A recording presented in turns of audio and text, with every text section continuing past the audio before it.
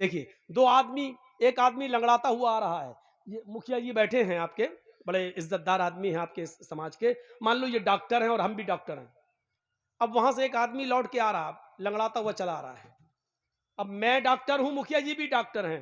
مکھیا جی نے کہا جرجی صاحب کیا جی یہ اس آدمی کے پیر میں موچ آ گئی اس لیے لنگڑاتے ہوئے چل رہا ہے. میں ڈاکٹر ہوں، مجھے تجربہ ہے.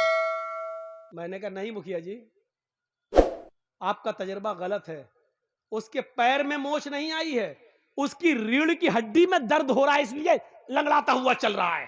مکھیا جی کی سوچ الگ، میری سوچ الگ، یہ بھی ڈاکٹر میں بھی ڈاکٹر. ہم نے کہا اچھا ٹھیک ہے مکھیا جی سنو، اگر اس کی ریڑھ کی ہڈی میں درد نہیں ہوا، پیر میں موچ ہی نکلی تو 1000 روپیہ میں دوں گا، اور اگر اس کے ریڑھ کی ہڈی میں درد ہوا جو میں نے کہا تو 1000 روپیہ آپ دیجئے گا. شرط لگ گئی. ٹھیک ہے. وہ آیا چلتا ہوا بالکل قریب آ گیا. ہم دونوں نے پوچھا بھائی پیر میں موچ آئی یا ریڑھ کی ہڈی میں درد؟ وہ کہتا کچھ نہیں،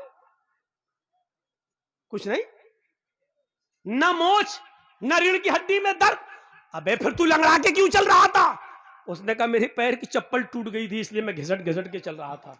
اب دیکھیے دونوں کی سوچ الگ ہو گئی.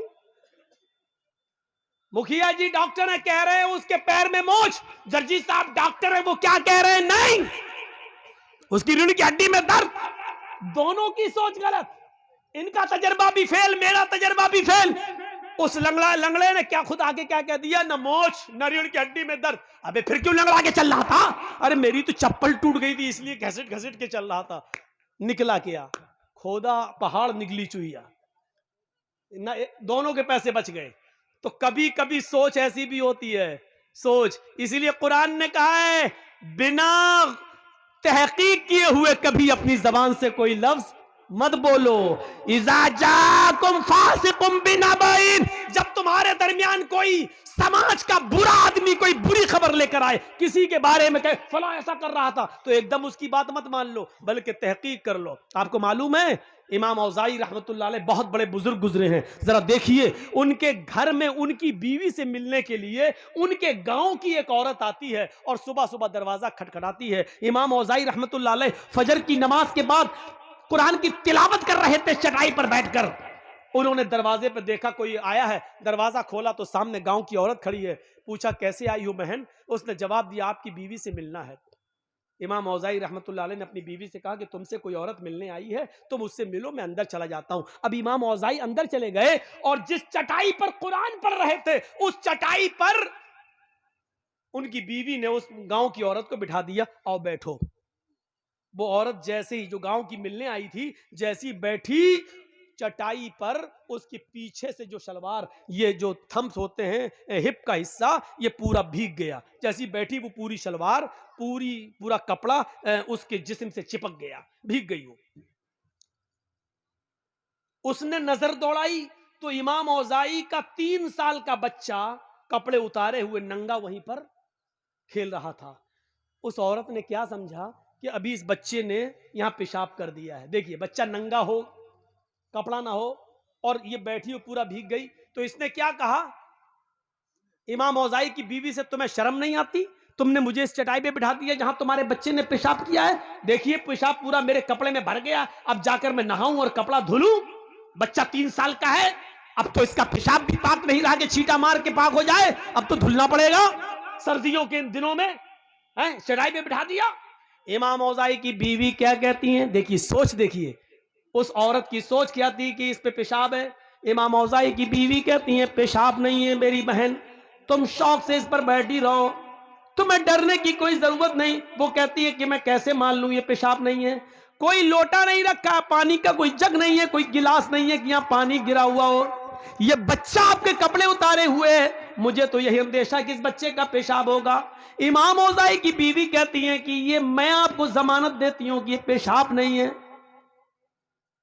بچے نے پیشاب نہیں کیا ہے، لیکن بچے کا کپڑا اتارا، اس نے نالی میں پیشاب کیا، یہاں نہیں کیا ہے، تم بے فکر رہو. اس نے کہا امام اوزاعی کی بیوی سے یہ پیشاب نہیں ہے اور پانی بھی نہیں ہے تو پھر ہے کیا؟ پہلے مجھے بتاؤ، مجھے سیٹسفائی کرو.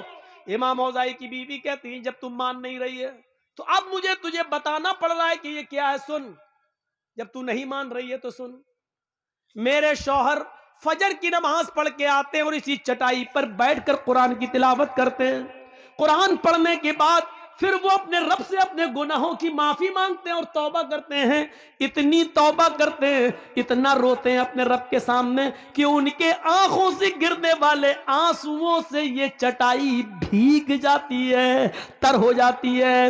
میری بہن، تم جس چٹائی پر بیٹھی ہو اور جس چٹائی کے سے بھیگ گئی ہو، یہ میرے بچے کا پیشاب نہیں ہے، یہ پانی نہیں ہے، یہ میری شوہر کے آنکھوں سے گرنے والے آنسو ہیں جو اللہ کے خوف سے اور اللہ کے ڈر سے روتے ہیں، جس آنسوؤں سے تمہاری شلوار بھیگ گئی ہے.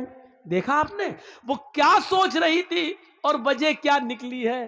ضروری نہیں ہم کسی کے بارے میں کچھ سوچیں، ضروری نہیں کہ ہم کسی کے بارے میں جو سوچیں وہ صحیح ہو سکتا ہے کہ ہماری سوچ غلط ہو. اسی لیے قرآن کہتا ہے یا ایھا الذین آمنوا اجتنبوا کثیرا من الظن ان بعض الظن، ایمان والو، اے مسلمانوں، کبھی اپنے مسلمان بھائی کے بارے میں زیادہ بدگمانیاں مت رکھو.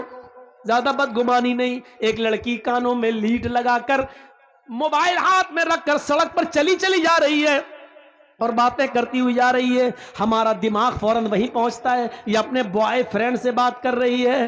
ارے وہ جلدی چل رہی ہے، کانوں میں لیڈ لگی ہے، بات کرتی ہوئی جا رہی ہے. ضروری نہیں کہ وہ اپنے بوائے فرینڈ سے بات کر رہی ہے، ہو سکتا ہے کہ اس کی بہن بیمار ہو، اس کو ڈلیوری ہو رہی ہو اور وہ کسی کو فون کر کے ہاسپٹل میں بلا رہی ہو، اس لیے وہ جلدی چل رہی ہو. یہ بھی ہو سکتا ہے کہ وہ جلدی کسی سے بات کرتے ہوئے جا رہی ہے، اس کا بھاپے کا ایکسیڈنٹ ہو گیا ہو اور وہاں فون آیا ہو کہ بیٹی جلدی آؤ کچھ روپے لے کر. ضروری نہیں ہے کہ وہ بوائے فرینڈ سے بات کر رہی ہو. اسی لیے قرآن کہتا ہے کسی کے بارے میں زیادہ بدگمانیاں مت پالا کرو، کسی کے بارے میں زیادہ بدگمانیاں مت رکھو. کسی کو تو سوچ دیکھیے ہماری سوچ کیا ہے اور اس کی سوچ کیا ہے. میرے بھائیوں، سوچ کو بدلنے کی کوشش کرو، سوچ کو بدلو، سوچ کو. میرے بھائیوں، مولانا جرجیس اور مکھیا جی کی بنتی نہیں ہے. ایک مثال دے رہا ہوں، مولانا جرجیس کی اور مکھیا جی کی بنتی نہیں ہے، آپس میں ناراضگی ہے، نہ یہ مجھے دیکھنا چاہتے نہ میں ان کو دیکھنا چاہتا ہوں. مکھیا جی اپنے گھر کے دروازے پہ کھڑے ہیں، چھت پہ کھڑے ہیں، جرجیس صاحب جا رہے ہیں، نماز کے لیے جا رہے ہیں. جرجیس صاحب کی نظر مکھیا جی پر پڑ گئی. جرجیس صاحب منہ ہلا رہے ہیں، ہونٹ ہل رہے ہیں. اب مکھیا جی کے دل میں کیا آیا، یہ کمینہ مجھے گالی دے رہا ہوگا، کیونکہ ہماری بنتی نہیں ہے نا، ہم ہونٹ ہلاتے ہوئے جا رہے ہیں. مکھیا جی نے ہمارے ہونٹ ہلتے ہوئے دیکھے، کمینہ ہمیں گالی دے رہا، ضرور دل میں گالی دے رہا ہوگا، ہونٹ ہل رہے ہیں. مکھیا جی کی یہ سوچ صحیح بھی ہو سکتی ہے، لیکن یہ سوچنے کا پاور اور حق اللہ نے نہیں دیا ہے. ہو سکتا ہے جرجیس صاحب کی مکھیا جی سے آنکھیں لڑ گئیں، جرجیس صاحب مکھیا جی کو گالی نہ دے رہے ہوں. یہ بھی تو ہو سکتا ہے کہ وہ نماز پڑھنے جا رہے ہوں اور وضو بنا کے گھر سے نکلے ہوں، وہ وضو کے بعد کی دعا پڑھ رہے ہوں. یا یہ بھی تو ہو سکتا ہے کہ وہ سبحان اللہ اور الحمدللہ کہتے ہوئے جا رہے ہوں. کچھ بھی ہو سکتا ہے. اسی لیے قرآن کہہ رہا ہے یا ایھا الذین آمنوا اجتنبوا کثیرا من الظن ان بعض الظن، ایمان والو تم کسی کے بارے میں زیادہ بدگمانیاں مت اپنے دلوں میں پالا کرو. بہت سی بدگمانیاں انسان کو بہت بڑا گناہگار بنا دیتی ہیں. ہمیں کسی کے بارے میں بدگمانی پالنے کی ضرورت نہیں ہے. اپنے دل کے اندر اپنے دلوں کو صاف رکھو، اپنی سوچ کو بدلو. میں سمجھتا ہوں شاید اب اتنے کم لوگ رہ گئے ہیں کہ یہ میری زندگی کا پہلا ریکارڈ ہو کہ اتنے کم لوگوں میں نے کبھی تقریر کی ہو.